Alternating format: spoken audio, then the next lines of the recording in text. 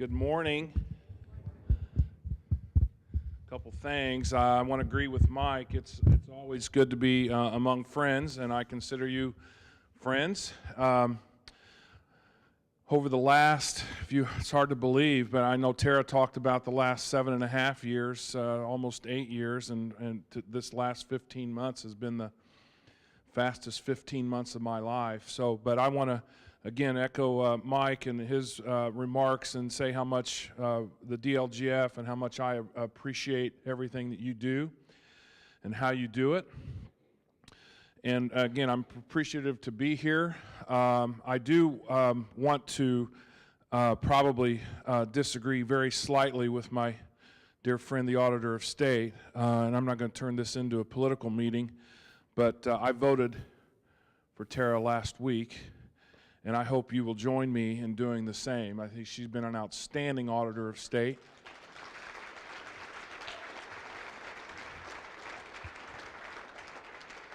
Outstanding Auditor of State. Besides being an outstanding individual, she is more than qualified for the job. So that's all I'll say on that. But I want to take a few minutes. I'm going to take about 15 minutes, if that's okay. Is that all right, Lori? All right, great. I think the last time I was in front of you, I kind of hijacked. I hijacked. Yeah, I did. I hijacked the internal controls discussion. Did we get that on video? Yes. I haven't seen that. That's interesting. Okay, so I will not. I will try not to do that. But I want to take a few minutes up front and first of all introduce the better half of my life and the love of my life. Susie Lorraine Bennett is back there in the back. Wave. Say hi to. Okay. She loves this location. This is a great location, and I want to congratulate Jackie Clements. I will disagree very slightly with Mike as well. Dave Bodorf, Jackie Clements does, right?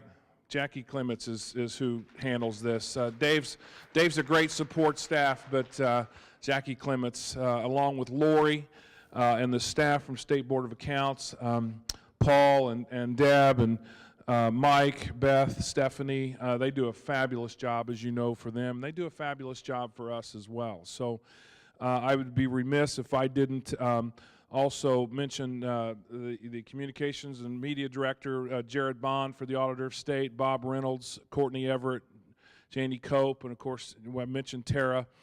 But most importantly, your leadership have, and over the last 15 months, as I've worked with them and worked with you, your leadership between Pauline, Patty, Jennifer, and Julie have done an outstanding job, and you're in great hands. And Madam President, it's been a pleasure working with you. It's great to see you.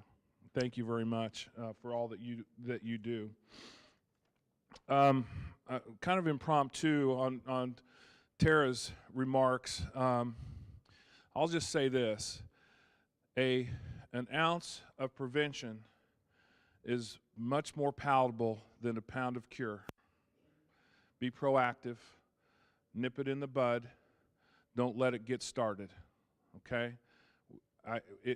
And this is coming from the governor's office on down. This sexual harassment will not be tolerated in the state workplace, period. So, having said that, where are my friends from Hendricks County? There they are. Just you, Jason? Man, where's Nancy at? Is she on vacation? Okay, all right. Well, tell her I said hi. My favorite county auditor, Nancy Marsh. So, welcome, everyone. Just a quick update on Jackson, Richard Lee, and Parker Owen Ray. First day of first grade. I had a video. I'll try to show it next time. I couldn't get it to come up, but we'll share a video with them next time. Call it Car Wash Karaoke. I think you'll like it. So what are we going to talk about today? Real quickly, we're going to talk about pretty much three things. We're going to talk about our ongoing initiatives, what we started 15 months ago, what we're planning for the next 12 months and beyond, kind of give you a short report card of where we're at, where you're at, where we're all at together. Okay, this is a team effort. And then we're going to talk. Have you all seen this? I've given this so many times. I hope I'm not repeating myself. Have you seen? Have I talked with you about where DLGF is in relationship to the org chart and Office of Management and Budget? If you say yes, I can move on. Yes. Okay, I'll move on. Thank you. So, one of our ongoing initiatives is the online filing of personal property. Our RFI has been put out on the street. It's been pulled back, or it's been responded to by 8 potential vendors. We're now in the process of working with Department of Administration and other stakeholders to develop an RFP. The governor will be requesting some dollars in his budget to help fund this initiative, and we believe that this is going to be something that, and we know that it's going to be something that's going to reduce paperwork. It's going to create efficiency. It's going to create accuracy and more timeliness. And the business sector has given us very positive feedback on this type of new technology. And the use of what we can do now, or what we're going to be able to do over the next 18 to 36 months. The assessor's office is going to benefit greatly from this with less labor-intensive process. And then there is possibly, and we won't know this for sure until later on down the road, but we're looking at the possibility of a little bit additional revenue for both my department, my agency, and local county government. So that's one of the ongoing initiatives. Update the sales disclosure form. This is, again, did you have a question? No, okay. And by the way, anytime, if you do have a question, don't hesitate to stop me. I'll be glad to answer any question you have at any time. Stacy O'Day, the Allen County Assessor's Office, is leading a study committee on how redeveloping the sales disclosure form. As you can see, we're looking to make that a electronic reporting system, and I believe AIC is going to include as part of their legislative initiative an increase in that fee to help offset the cost and to give us, again, that fee has been the same from day one. Talking with the Realtors Association just last week, they said, well, another $10 doesn't move the needle at all. So that's going to help us and help the county as well. Cyclical reassessment. Again, this is something that is on the assessor's radar. You can see that 95 counties have met the statutory July 31st deadline for their first phase. We have a couple counties that are 100% complete. This is a parcel cleanup. It will benefit from this process, and this is going to help the assessors better plan and manage their time. So this is an ongoing initiative. Gateway Abstract. Gateway Abstract. Okay. What else do I need to say, Bob? Right? Huh? That's all I. What can I say? No more paper, right? Right? No more paper. Okay. So you all know about that. Ag base rate. This is a change that I heard about 14 months ago that we could make for local counties to better to do their job better. We made that happen with the help of Farm Bureau, with the help of Dr. DeBoer from Purdue University, with my staff, and of course the Assessors Association all work together to make that happen. So we're going to get that ag base rate out. We're working on it now, and we plan to get that out on or before 12/31. Phase 1 software certification.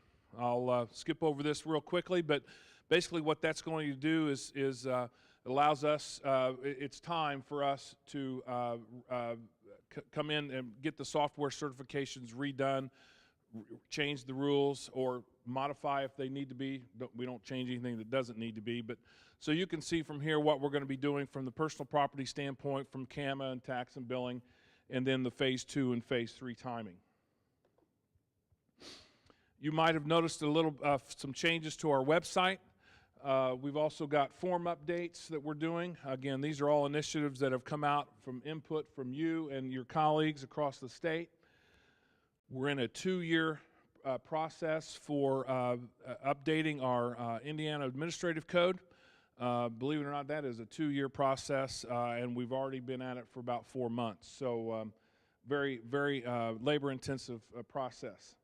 We certainly have, as you know, a session, long legislative session, budget session coming up. We're getting geared for that. You may or may not remember that the DLGF bill last year, House Bill 1104, didn't quite make it across the finish line.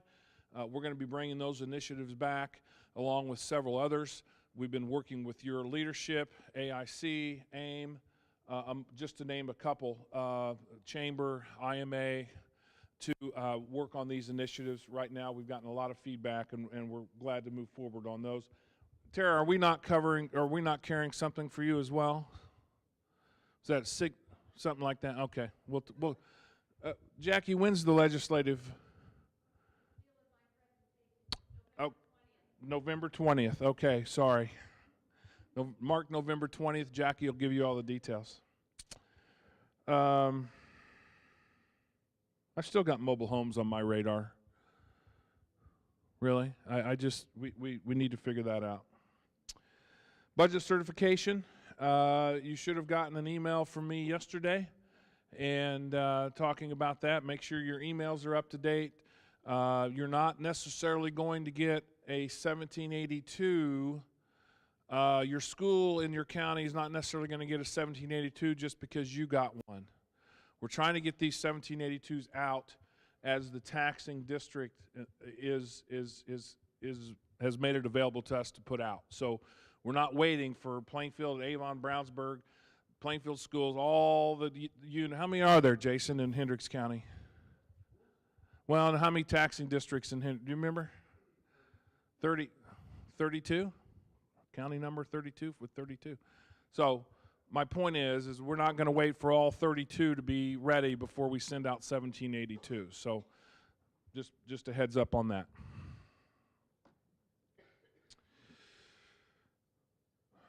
As you can see, I showed this to the assessors conference a couple months ago. Their deadlines over the next 52 weeks.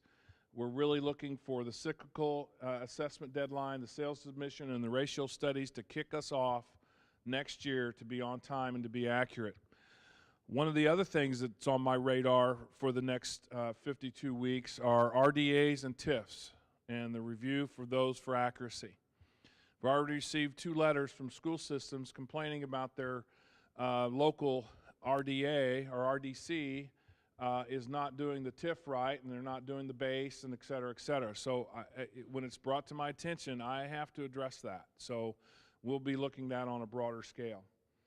So the question is, what are you doing today to prepare for the next 6 to 12 months?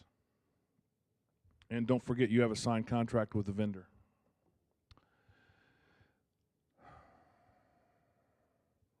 So I asked Jackie, and she said it was probably close to a third. How many of you are done after this show of hands?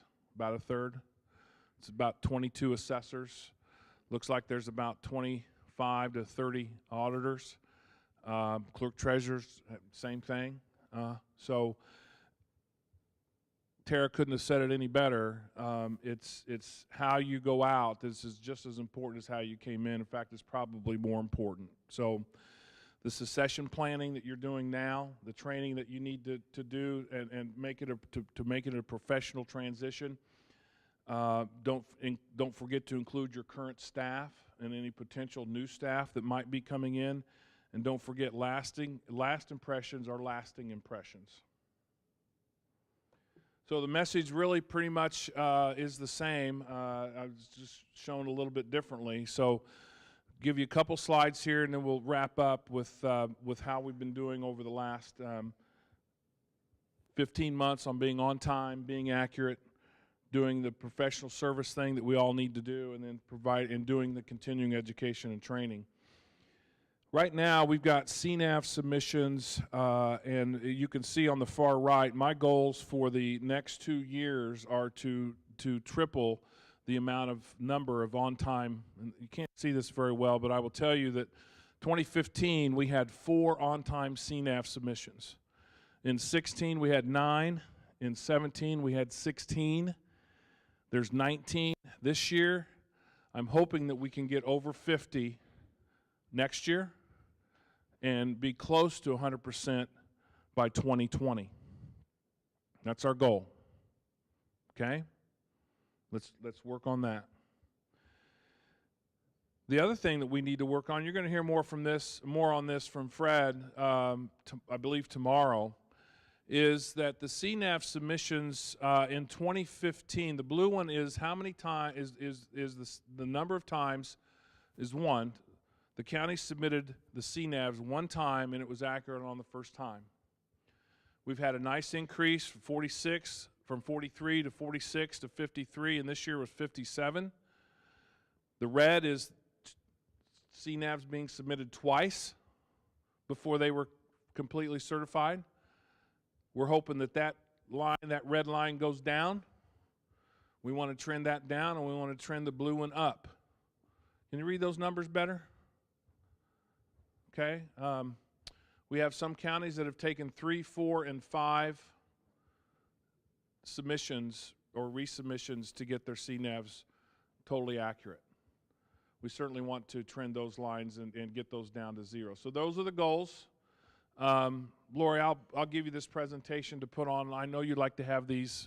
Where's Lori? Oh, right. Sorry. So I will give you this, and you can put this online. But ladies and gentlemen, these are our goals. We can do this, and we can help you, and we'll do anything we can to help you do this. But to wrap this up, Matt wanted me to, let me make sure I've got everything covered here. Now my technology won't work. Questions, comments, concerns? Boy, this state phone. All right, Jennifer's phone, you need to quit trying to connect to my phone. Jennifer's phone needs to quit. By the way, that reminds me, Jennifer made a good asked me a great question earlier before we started. Let me just give you do you mind, Jennifer, if I share? Okay, great. Thank you.